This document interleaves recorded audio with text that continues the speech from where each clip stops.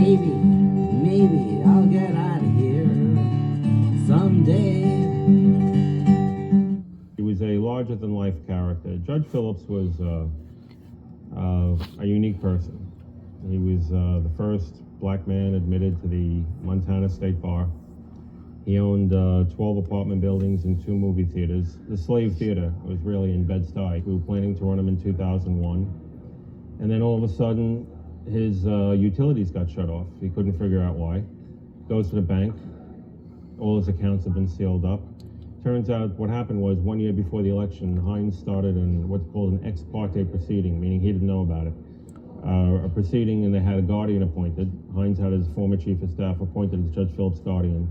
They took they seized control over all his buildings, his bank accounts, and they proceeded to and that was it. He was broke. He was broke. And he fought it for years. They confined him to a facility that was a nursing home. We fought it, trying to get him out, and he died there.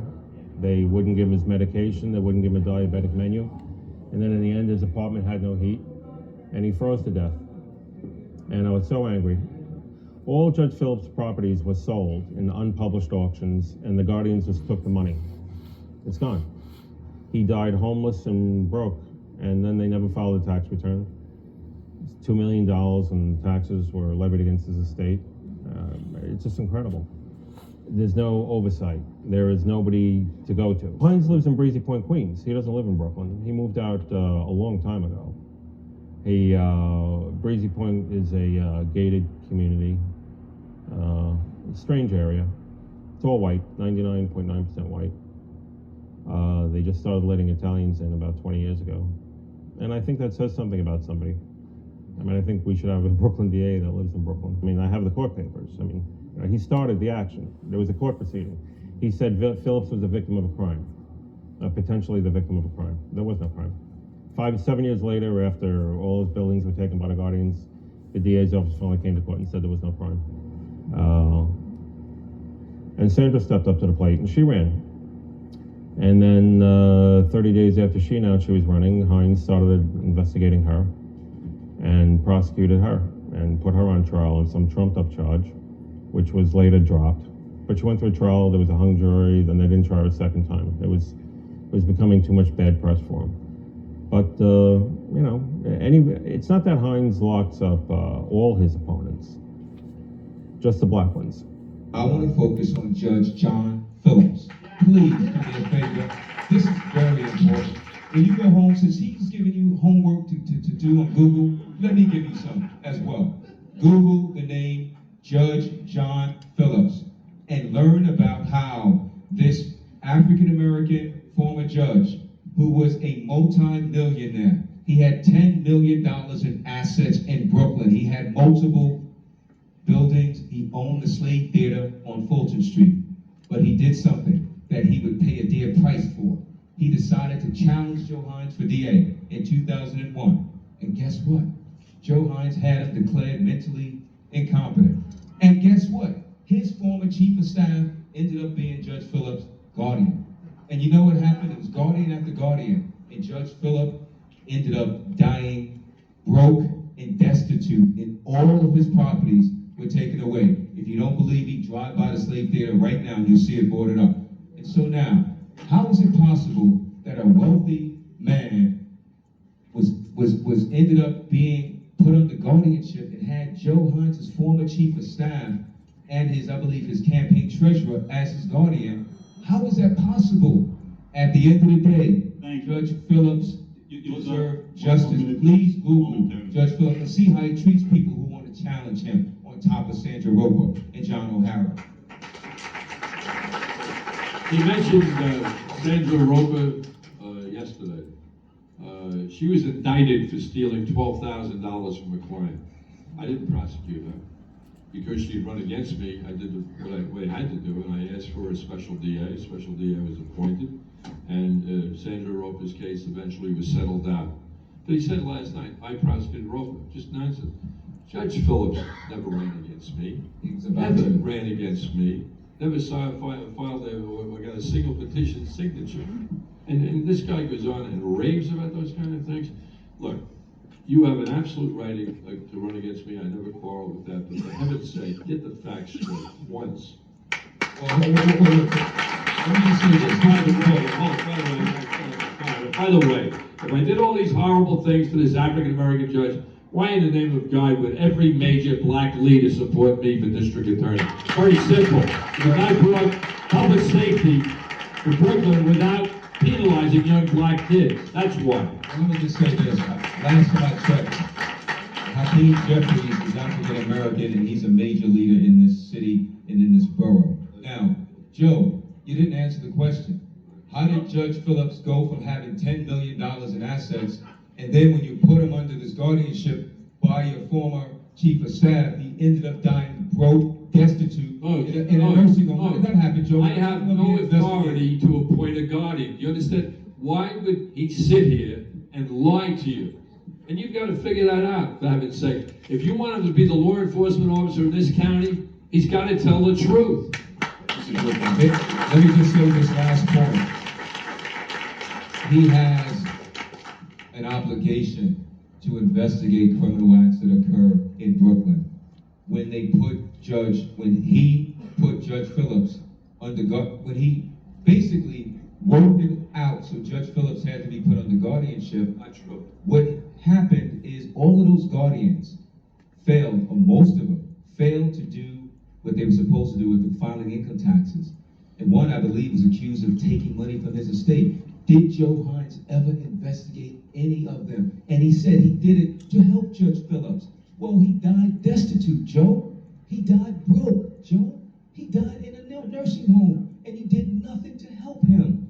Folks, Let's keep it real. Let's be honest here. It's important. You're not telling the truth. You abuse your power against Judge Phillips like you did against John O'Hara, like you did against Sandra Roper, while you give your boy Vito Lopez pass day after day. Why would you repeat Sandra Roper when we just corrected the record that I did not prosecute her? Why would you do that? Who started the investigation, Joe? I didn't start it. I immediately sent it to a special prosecutor with an application to the judge. Well, you know, people who run against you or want to run against you sort of end up dead, broke, or indicted.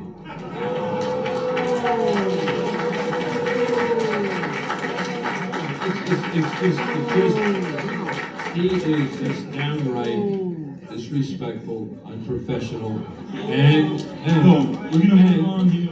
irrational. Well, Judge Phillips is a very unique man. He is an African American man that was born in Kansas 83 years ago. During his traveling of his lifetime, he's had various ventures in life. He is an attorney, he's a retired judge, he's also a martial art expert, and he's a community activist. He's also a multi-million-dollar business person within the Bed-Stuy community. Judge Phillips has always been, from my understanding, the type of gentleman that was very concerned about the community and has always been pro-community and a pro-person, people person. And the fact now that he's in such a precarious situation in the guardianship program that was deemed by Brooklyn Supreme Court. This is the Brooklyn District Attorney's Senior Citizens Assistance Unit?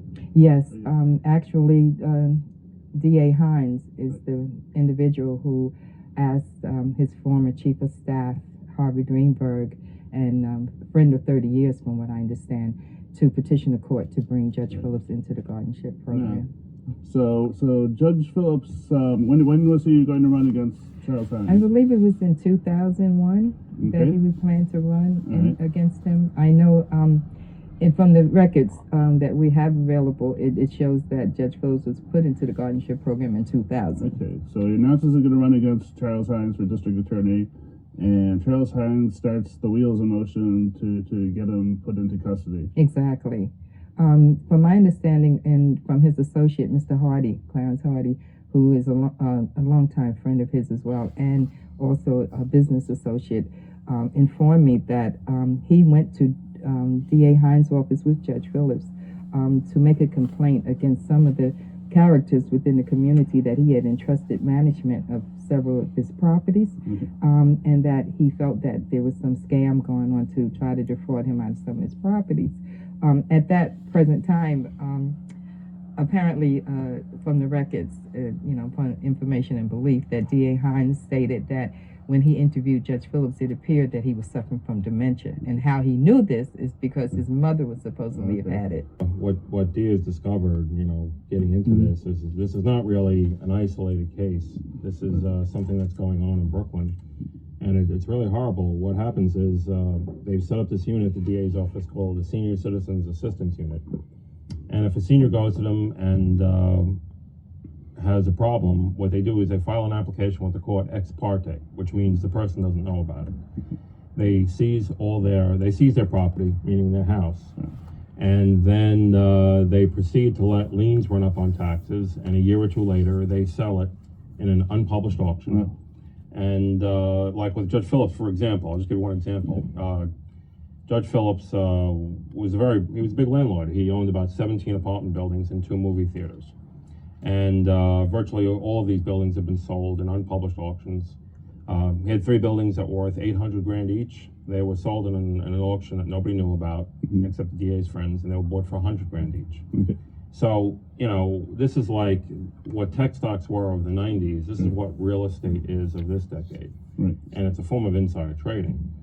So what happened was, in 2001, Phillips was going to run for DA against Hynes. In 2000, exactly 1 year before the race, the Brooklyn District Attorney's Office, and it's on the caption, Hynes versus JJ Realty, the Brooklyn District Attorney's Office files an application saying they believe Judge Phillips was the victim of a crime, and they need a guardian appointed to seize his property, which is what happened. And the DA's former chief of staff just happened to be appointed the guardian. And since then, it's been a horror story. At the moment, Judge Phillips, I spoke to him a few days ago, he's under lockdown in a nursing home in the Bronx. He is, the home wants him out, and he is, at this point, what we're working on now is trying to get a place for him. He's gone from being a person who owns 17 buildings to being homeless. And his buildings get sold, $800,000 here. They've gutted out his personal home, his own. He was going to go back to his house. It burned down a week before he was supposed to go home. It was set on fire. It was set on fire, and the guardians didn't pay the insurance. So that's a shell. So, it's because of Judge Phillips' unique tenacity to stay alive that he's alive. But, if what you're hearing, it kind of just sounds mechanical, court-appointed guardians, but it's like cancer. When it happens to you, it's the worst thing in the world. And this isn't just Judge Phillips. These are dozens of buildings that get sold. But when they seize control of his property, he didn't know about it. And then all of a sudden his electricity went off, and it turns out his accounts have been sealed up, and it got to the point where in 2002 he was living without heat and hot water. I saw that in one of the court filings. Said, how did he end up with heat and hot water? The guardians never paid for anything. The guardians refused to pay for utilities, heat, food, and people in the neighborhood had to take up a collection just so he wouldn't freeze to death. And then, it's really like something out of Dickens. It's really horrible. But look, he tried to run for DA, and then what happened was he couldn't, and then Sandra Roper started to run, and Hynes locked her up. So, But I got to tell you, when the DA's office actually raided Phillips' house, and seized his records, and Phillips called me that day. This was sometime in 2001. I'll be honest with you. When he called me and told me the DA's office just raided his house and took his records, I didn't believe him. It sounded so far out. So I went over and I got a tape recorder and I hooked it up to his phone and I said, Judge, this is what you do. Calm down. You know who the prosecutor was that raided your house. In a day or two, call him and engage him in conversation and see if he admits it. He calls up the AD. They admitted to the whole thing. If I didn't hear it on tape, and he said, why did you raid my house? And he said, I'm going to run for DA. And they said, yeah, Judge, we know you did it before. And they had this tone in the voice you better look at what you have. Yeah, boy, you're in a heap of trouble now. And then Phillips says he's going to run for DA, and they go, well, it takes a lot of money to do that. Judge, you see, what it is, the population has changed. The vote in Brooklyn is 2/3 black and Hispanic. And in Brooklyn, you can't stop black people from voting, but you can stop them from running. I would like to help Judge Phillips in this situation because I don't believe any person deserves this at all, and especially someone that's their own colleague. I mean, he's a retired judge, he's an attorney, he's a business person. I mean, he's not any Joe Blow standing on the corner bending his elbow with a 40. You know what I'm saying? So, I mean, when do we get the respect that we are supposed to have, you know? The doctors testified that the DA's office got to testify at the hearing, said he needs somebody to look in on him. The only thing they said that was disturbing that he said Phillips had told the doctors that he felt he was a victim of a conspiracy by the DA's office because he was planning to run for DA. And based on that, so you start to look crazy, right? Yeah, they said, well, you must be crazy. Yeah. Listen, this doesn't happen by accident. Yeah. You don't come in and steal $10 million of property without people being involved. Right. I mean, no. The judge, Pesci, who has been presiding over this, the court file is sealed without explanation in violation of judiciary law. There's supposed to be an accounting. I mean, you know, Phillips has had, look, we just go to court and you see one building getting sold here for $3 million, another one for $800,000. No one knows what happens to any of this money. In the 6 years that he's been in this guardianship program, there's never been an accounting. And the judge who's presiding over it just keeps saying, oh no, we're all trying to help Phillips.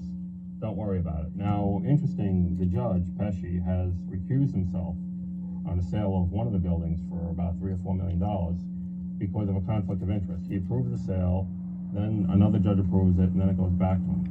My point is, what's happening to Phillips is horrible, and millions of dollars have disappeared, and, you know, there is nothing, if you have the DA and the court in on it, there's nothing you can do about this. Right. You know, even if, like you said, even if you had relatives here, what are you going to do? Call the cops? Right. I mean, this is Everybody's the judge and the prosecutor. Yeah, the fix is in. Yeah. There's nowhere to go. Right. You know, Ms. Woodburn has filed a complaint with the Attorney General, Elliot Spitzer, Has he shown any interest?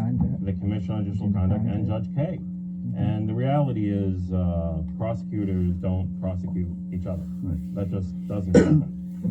So, we sit in court and you see these other cases that are similar.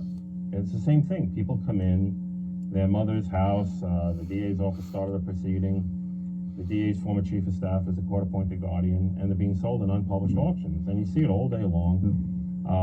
The pattern seems to be that the people that are losing their houses, They're all running against Charles Hynes. no, not all of them. There's Okay. only one. But what they have in common is they all seem to be living in Crown Heights and Bed-Stuy. Okay. They're all black. And, you know, and this is what's happened. You have houses in Bed-Stuy that were worth 120 grand 15 years ago that are now worth $1.2 million. Right. And they're being sold in an auction nobody knows about except the people who show up at the auction. Okay. And the people, it's just horrible, and it's a shame because, you know, the proper functioning of our courts is what keeps us a civilized society. Yeah. And these are not small cases. The DA's former chief of staff, so far from what we found, he's presided as a referee over 160 different pieces of property. That's a lot. Well, look, if they were stealing fees, fine. You get used to that. Yeah. What they're doing is just taking the whole thing, Right. and then they don't tell you where the money is. I mean, it's one thing to take Judge Phillips' buildings that are worth 800 grand and sell them for 100 grand, Yeah. but then they won't even tell you where the money is. Right. So where is the money? There's been no accountability. No, I mean, nobody knows. who Nobody knows knows? where the money is. It's Nobody been sold. knows. That's what we're trying to find out. And the trustees, the custodians won't talk to you. Well, not really. I mean, they passed Judge Phillips on like a paper doll. You know, it's like the first guardian was Harvey Greenberg. Then they brought in Frank Lavoti, which is also a friend of Hynes.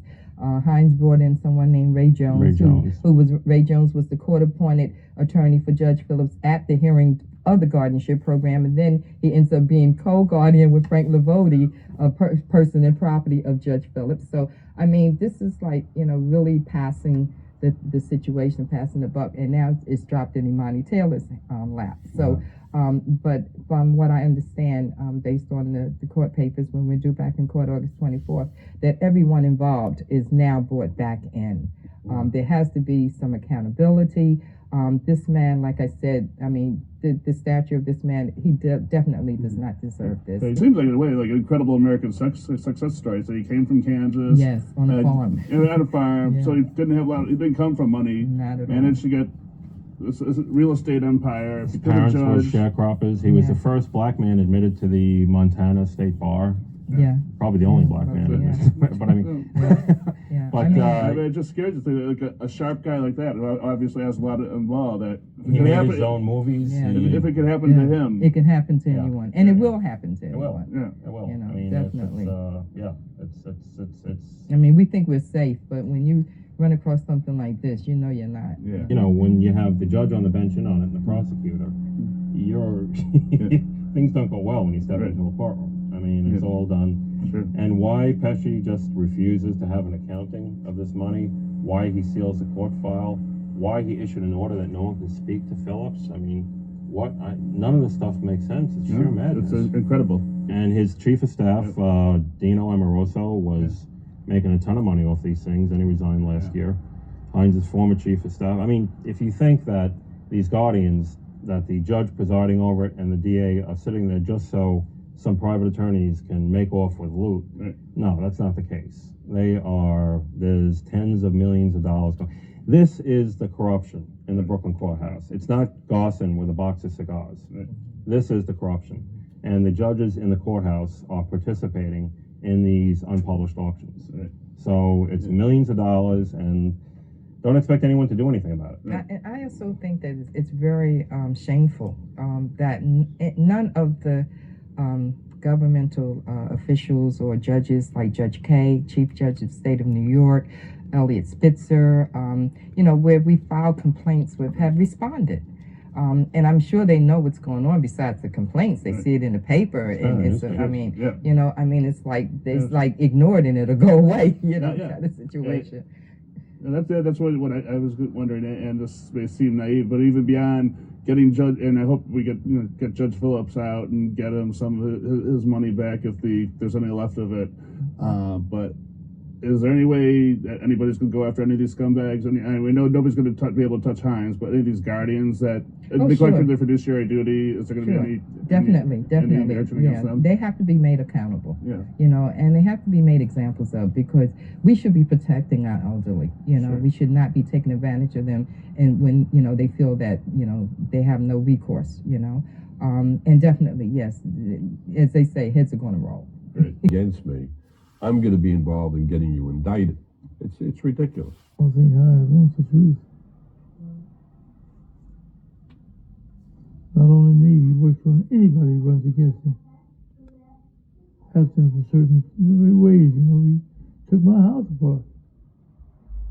Trying to find something he used against me. There's a lot of crooked things going on in politics, particularly running against someone like Hynes. He worked against me a certain way that I was just shocked.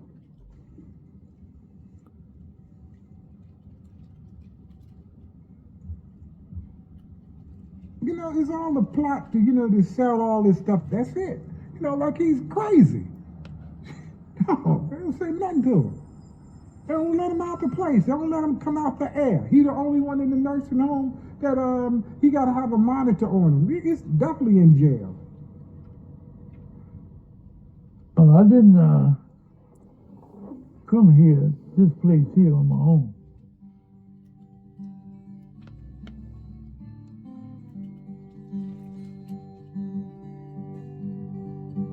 My name is John Phillips.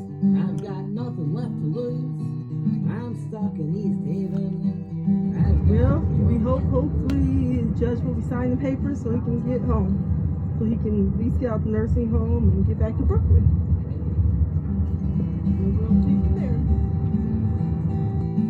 Maybe I'll get out of here someday.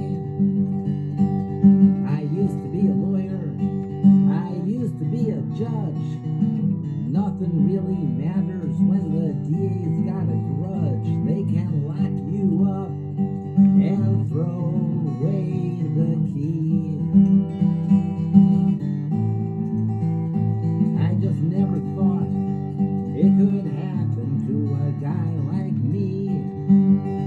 17 years on the bench, overturned only one time. Thought I'd run for DA while I was still in my prime. A friend of Joe Hynes declared me incompetent. A danger to myself and to the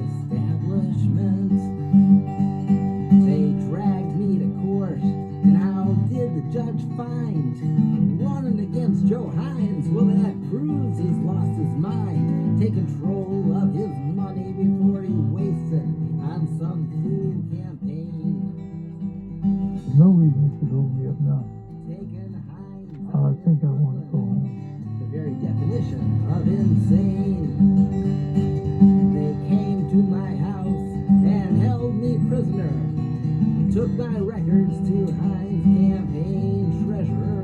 They took control of my property, and they cut off my heat.